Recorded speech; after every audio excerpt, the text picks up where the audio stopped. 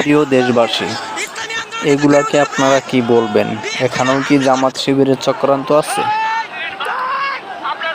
কেউ যদি হুসুট খেয়ে পড়ে তাও সেই দোষটা জামাত শিবিরের উপরে গিয়েই পড়ে, কিন্তু আসলে মূল হোতারা ধরাছোঁয়ার বাইরে থাকে।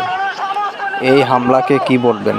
জামাত শিবিরের চক্রান্ত, নাকি যেটা সত্য সেটাই প্রচার করবেন?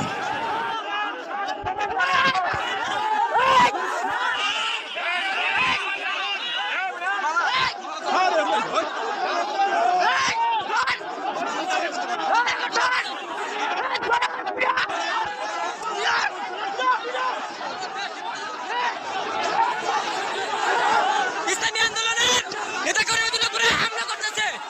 ইসলামী আন্দোলন নেতাকর্মীদের বিএনপির হামলা। ইসলামী আন্দোলন